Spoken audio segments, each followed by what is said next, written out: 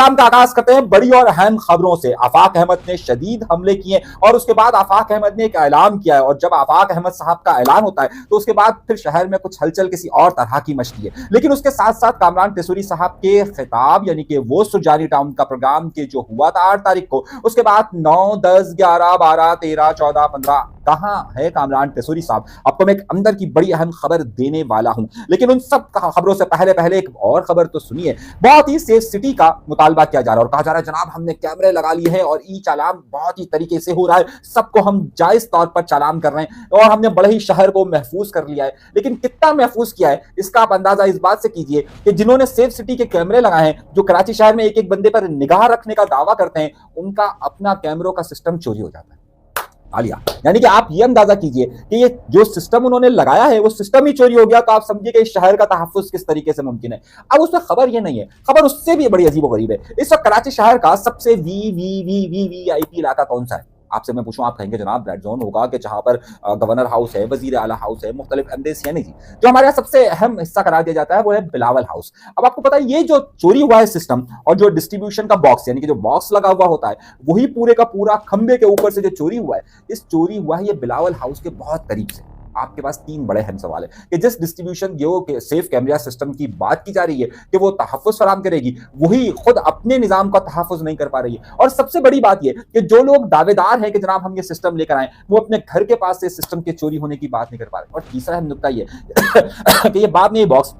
क्लिफ्टन के एक पार्क के पास से मिल गया जिसमें से बैटरीज गायब थी। पुलिस वालों को ये पता ही नहीं था कि इस सिस्टम के अंदर होता क्या क्या है, तो उन्होंने बाद में इनको बुलाया सेफ सिटी वालों को, देखो कि भाई सब चीजें कहां कहां गायब हो गई हैं। तो अब आप सोचिए कि यहाँ पर सेफ सिटी कैमरे लगाकर शहरियों की निगरानी की जाएगी और इन सेफ सिटी कैमरों और इनके डिस्ट्रीब्यूशन बॉक्स की निगरानी करने के लिए पुलिस को अलग तैनात किया जाएगा। निजाम है ना। तो जब चोरों और लुटेरों से जब आप महफूज नहीं रखेंगे तो फिर यही मामला होंगे। मगर खबर बहुत सारी है मेरे पास। आफाक अहमद साहब ने एक बड़ी ही धुआंधार तकरीर की और ये धुआंधार तकरीर का मेन मकसद और मेन पॉइंट जो था वो जहां पर 27वीं तरमीम था, वहीं एमक्यूएम के हवाले से इन्होंने कुछ खतरनाक बातें कही हैं। जरा सा मैं चाहूंगा कि पहले इस गुफ्तगू को आप सुने और सुनने के बाद मैं आपको फिर आगे लेकर चलता हूं कि मामला क्या होगा। मुत्तहिदा कौमी मूवमेंट इस आईनी तरमीम को जो बादशाह कायम करने के लिए की जा रही है, जो चोरों और डाकुओं को इस्तिस्ना देने के लिए की जा रही है, अगर इस आईनी तरमीम पर जाकर वो हिमायत में वोट डालते हैं, इसका मकसद है उन्होंने आपका मेरी कौम के मफादात का सौदा कर लिया और उसके बाद अगर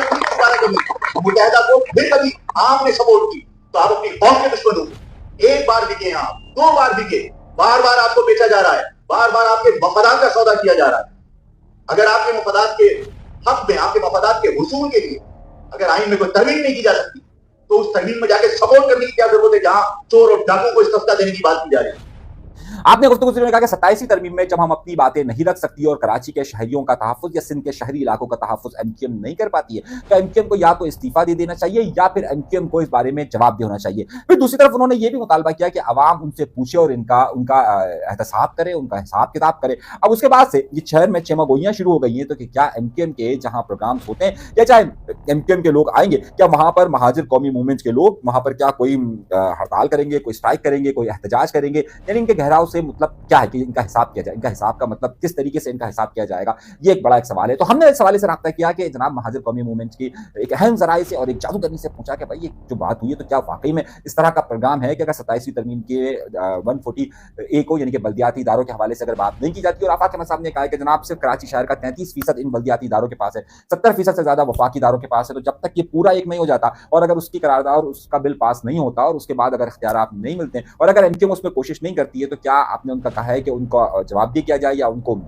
पूछा जाए? तो आप इनसे पूछेंगे किस तरीके से? क्या आप कोई एहतजाज की कॉल देंगे, क्या होगा? तो उन्होंने कहा नहीं कि हम अभी फिलहाल कोई एहतजाज की कॉल नहीं दे रहे हैं, लेकिन अगर एमक्यूएम ने और पाकिस्तान पीपल्स पार्टी ने इसी तरीके से शहर के साथ ये सलूक रखा तो हम एक बड़ी तहरीक शुरू करेंगे और वफाक से हम कई मुतालबात के लिए मामला को शुरू करेंगे और हमारा आगाज इसका जल्द मुतवक्के है। ये खबर मैं आपको दे रहा हूँ कि जल्द ही महाजिर गवर्नमेंट यानी कि आफाक अहमद साहब की तरफ से ये अनाउंसमेंट सामने आने वाला है कि अगर ये मामला नहीं होते तो वफाक में शामिल जमातों और सूबाई हुकूमत और फिर इन सब के खिलाफ एक बाकायदा सड़क पर एक नई तहरीक का आगाज किए जाने का अंदिया दिया जा रहा है। जिस तरीके से डंपर के हवाले से उन्होंने कहा था बिल्कुल वैसा ही उन्होंने किया है। लेकिन इन सारी बातों में एक और खबर भी है और एक और खबर भी है कि इस वक्त इस्लामाबाद में जो तहलका मचा हुआ है और 27वीं तरमीम की जो बातें हो रही है उसमें फैसल वावड़ा साहब बोल देते हैं जो भी बोलना होता है। तो जब उनसे पूछा गया कि 2 ऐसे सेनेटर्स हैं कि जिनमें से एक का ताल्लुक जमीयत उलमा इस्लाम मौलाना फजल रहमान से और एक का ताल्लुक तहरीक इंसाफ से है, तो वो कहां है? तो वो कहते हैं कि मेरे घर पर है। और अहमद मलिक मेरे दोनों भाई हैं, उनसे अभी नाश्ता करके आ रहा हूं मैं उनके साथ घर पे मेरे चल के मिलने। जाते हैं, उनको तैयार हो रहे हैं। फिर इनसे पूछा जाता है कि जनाब वो इस्तीफा दे रहे हैं, उन्होंने कहा हमारी मर्जी है। जरा सुनिए, हमारी मर्जी है, जब चाहे इस्तीफा किसी से ले ले, जब चाहे इस्तीफा नामंजूर करें, मसला क्या है इसके अंदर यार, जमहूरी लोगों का यही काम है। ये जो फैसल वावड़ा खबर दे रहे हैं, वहीं पर फैसल वावड़ा ने एक बहुत बड़ा इशारा किया और उन्होंने ये कहा कि इस वक्त आपको मालूम होगा कि तहरीक इंसाफ के जो वजीर आला, आपको नए वजीर आला हैं सोहेल आफरीदी साहब, वो आपको अडियाला के बाहर नजर आते हैं, क्रिकेट खेलते हुए नजर आ रहे हैं। तो उन्होंने कहा था कि जनाब हम 26 नवंबर पिछले साल की वो तारीख है जब तहरीक इंसाफ ने इस्लामाबाद पर चढ़ाई का सिलसिला शुरू किया था और उसके बाद ये कहा जा रहा था कि तहरीक इंसाफ शायद खान को रिहा करवा देगी, लेकिन उसके बाद जो कुछ भी हुआ और अली अमीन गंडापुर जैसे गए, बुशरा बेगम किस तरीके से गई, वो सबके सामने मौजूद है। तो क्या 26 नवंबर को एक बार फिर तहरीक इंसाफ निकल रही है? तो आपने देखा होगा कि तहरीक इंसाफ ने इस हवाले से कोई भी कॉल नहीं दी और मैंने आपको अपने पिछले प्रोग्राम में भी बताया था सिंध के हवाले से। अब जो है वो ऐसा लग रहा है कि तहरीक इंसाफ की जो सोहेल आफरीदी वाली क़यादत है वो भी कहीं ना कहीं कंप्रोमाइज हो गई है और वो पाकिस्तान के मुतल्लिका हलकों के साथ राब्तों की गुंजाइश पैदा कर रही है। और इसी वजह से जो 26 नवंबर को एक बार फिर इनका इरादा था और जो कहा जा रहा था कि 26 नवंबर को जरूर आ जाएगा, उस हवाले से फैसल वावड़ा क्या कहते हैं जरा ये सुनिए। हमने देखा, मैंने आपका 26 नवंबर को भी मेरा भाई नहीं आ रहा सीएम के पीछे, सब चीजें हर चीज के हिसाब से चल रही है, आप सुनते नहीं है, क्या करूँ। यह जनाबे वाला हमारे पास भी कुछ ऐसी इतलात है और तहरीक इंसाफ की इस वक्त चाहे वो वजीर आला आपको अडियाला के बाहर बहुत ज्यादा नजर आते हों या दीगर लोग आपको नजर आते हों, लेकिन इतलात हमारे पास ये मौसूल हो रही है कि सब लोग उन्हें कहीं ना कहीं हाथ पांव मिला लिए हैं और हाथ पांव मिला लिए हैं, जिसकी वजह से अब वो बड़े एहतजाज की कॉल जो दी जा रही थी वो इस वक्त मुतवक्का नजर नहीं आ रही है और अगले 6 महीने तक आपको इस हवाले से कोई बड़ी एहतजाजी कॉल होती हुई भी नजर नहीं आ रही है। ये मैं आपको ग्राउंड रियलिटी बता रहा हूँ, जमीनी हकाइक बता रहा हूँ, मेरे पास हासिल होने वाली कुछ मालूमात बता रहा हूँ और उसी की बुनियाद पर मैंने पिछले प्रोग्राम के अंदर आपको तफसील से बताया था कि कोर कमेटी के अंदर ये फैसले हुए कि किसी तौर पर भी कारकुनान और लीडर्स को मुश्किल में ना डाला जाए, जबकि कुछ लोग जज्बाती करें बस खान को लेकर आओ, लेकिन ये मुतवक्के होता हुआ नजर नहीं आ रहा। अगली खबर जनाबे वाला, आखिरकार एमक्यूएम की काफी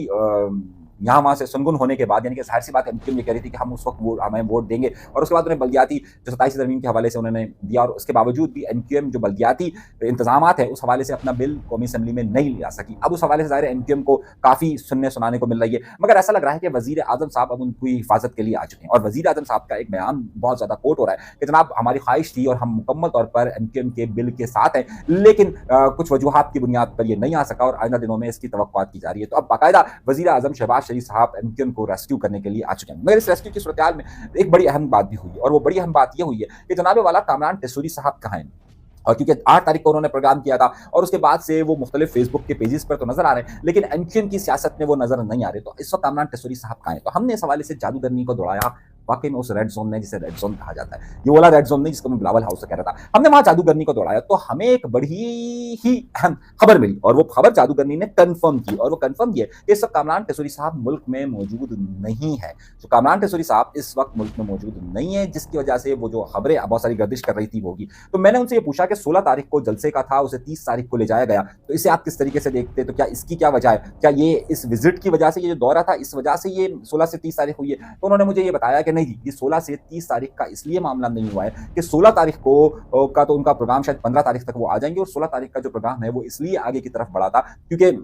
थोड़ा सा इनको वक्त चाहिए था, थोड़ा सा वहां पर इस वक्त जो मुल्क वफाकी सूरत हाल है उसमें जो सियासी खबरें हैं वो उस तरफ ज्यादा मामला था। तो अब ये प्रोग्राम 30 तारीख को हो रहा है और 30 तारीख को मलीन में हो रहा है और मैंने आपको अपने पिछले प्रोग्राम में बताया था कि शाह फैसल और मलीन में बड़ी एक तब्दीलियां रूनुमा हुई हैं और आइंदा दिनों के अंदर आपको मलीन के अंदर होने वाला एमक्यूएम का प्रोग्राम बहुत ज्यादा ताकत से नजर आएगा क्योंकि शाह फैसल में जो मैंने आपको पिछले प्रोग्राम के अंदर बात की है वो भी बड़ी तब्दीलियां रूनुमा हुई है। तो दरहकीकत कामरान टेसूरी साहब मुल्क में नहीं है, लेकिन मेरी जादूगरनी ने एक और खबर दी और वो खबर ये कि कामरान टेसूरी साहब इस वक्त इन सब यानी कि भाईजान इस वक्त इन सब से मुकम्मल राब्तों में नजर आ रहे हैं और मुकम्मल तौर पर इनके राब्ते हैं और ये आपको आगे चलकर कुछ और नई खबरों की बुनियाद भी बनने वाली है। यहां तक हाँ, एक खबर रह गई इस वक्त पाकिस्तान कराची शहर के अंदर जब पानी का मसला है वहां पर इस वक्त ये अरब का पूरा खित्ता शदीद पानी के बहरान का शिकार है। पाकिस्तान में बारिशें बहुत हुई थी, इस बार सैलाब की कैफियत भी बहुत ज्यादा पैदा हुई थी, बारिश के पानी के साथ साथ यहाँ पर पानी का जखीरा था, लेकिन कराची शहर को पानी नहीं मिल पा रहा। मगर इस वक्त जो खास तौर पर मिडल ईस्ट है वो शदीद पानी के बहरान में मुब्तला है। जो इस वक्त शाह है सऊदी अरब के, उन्होंने खास तौर पर 13 तारीख का वो दिन रखा था कि जब पूरे सऊदी अरब के अंदर बरसात के लिए खुसूसी दुआओं का एहतमाम किया गया था। वहीं पर आज एक बड़ी अहम खबर आई है और बड़ी अहम खबर यह आई है कि अगले 2 हफ्ते के अंदर अगर इस खत्ते के अंदर बारिश नहीं होती तो आज ईरान के सदर ने यह ऐलान किया कि हमें तेहरान शहर को खाली करना पड़ जाएगा। यानी कि तेहरान शहर को खाली करने की बात कही जा रही है और कहा जा रहा है कि इस वक्त तेहरान शहर के इर्द गिर्द और उसके मज़ाफ़ात में सिर्फ और सिर्फ 2 हफ्ते का पानी मौजूद है और अगर ये बरसात 2 हफ्ते के अंदर नहीं होती है तो इस सारी सूरत हाल में तेहरान शहर को खाली करना पड़ जाएगा। ये एक अलार्मिंग सिचुएशन है इस वक्त जो तब्दीलियां रूनुमा हो रही है और खासतौर पर इन रेगिस्तानी इलाकों के अंदर और मिडल ईस्ट के अंदर पानी का बहरान दिन ब दिन शिद्दत इख्तियार करता जा रहा है। एक तरफ पाकिस्तान के अंदर बारिशों में जहां तेजी रूनुमा हुई है वहीं पर इस खत्ते के अंदर बरसात में फिर कमी